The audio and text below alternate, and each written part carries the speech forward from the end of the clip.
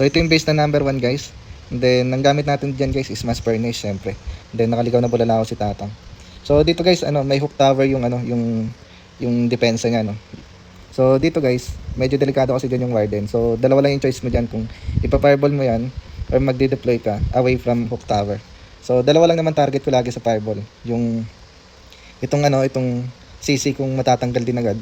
And then dun sa may high value or kaya yung dito sa may hook tower. So since yung CC medyo malalim, tsaka mabigat yung tatahakin ng warden. So hindi natin kukunin yung CC dito guys. Kasi baka mamatay lang yung warden natin. Malaking chance na ma-fail tayo. Kaya ang plinano ko guys is patamayin ko na lang yung fireball dito sa may poison tower. So matatanggal natin dyan yung yung scatter shot, X-bow, tsaka itong hook tower yung pinaka-importante. And then bonus na lang guys kung ano pa makuha natin. Magandang makuha rin to, no? And then scout nyo na maigi guys, kailangan matandaan nyo kung saan yung range nya ng hook tower. Kasi kapag nasungkit yung si warden, si Tatang, wala na guys, goodbye na rin guys sa atake nyo. So dito guys, i-clear lang natin itong tatlong to.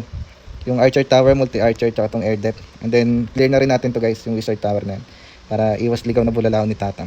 So sa 3 o'clock tayo mag-charge guys, para makapunta tayo dito sa may poison tower na to. So ayun, warden walk tayo dito sa may sa may 3 o'clock. So samahan natin dyan ng tatlong furnace, si warden tsaka healers. And then lagay din tayo sa bawat sulok guys, yan, para iwas time fail din. So yun, snipe lang natin ng rocket launch yung wizard tower. So may natira pero yung langgam na bahala dyan guys, yan. So yun, i-clear lang natin to. Pagka tanggal na itong air depth na to guys, pwede na nating i-pro si Tatang. So yan. So yan, pros. And then inv.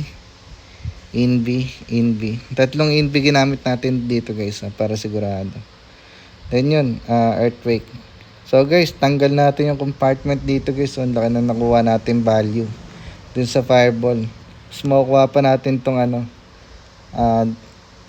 multi-archer na yan. So i-recall lang natin dito si warden guys, kasi medyo awkward yung yung positioning niya.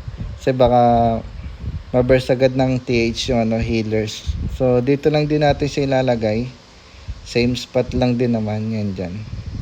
So siya na bahala dyan sa may monolith tsaka TH.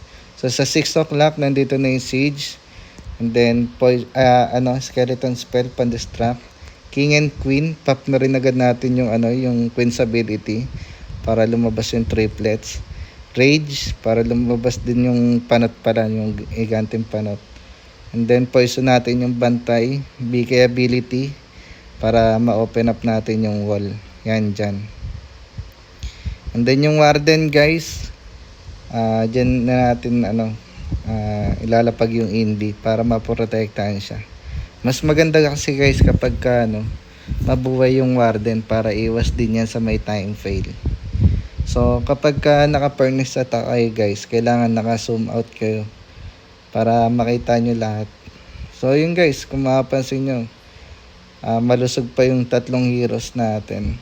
Kakalabas lang nung bantay natin, ay nung backup. So overkill na to guys.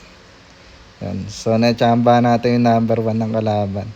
At syempre guys, kung nagustuhan nyo yun guys, please like and follow po for more highlights. Yun lang guys. Salamat.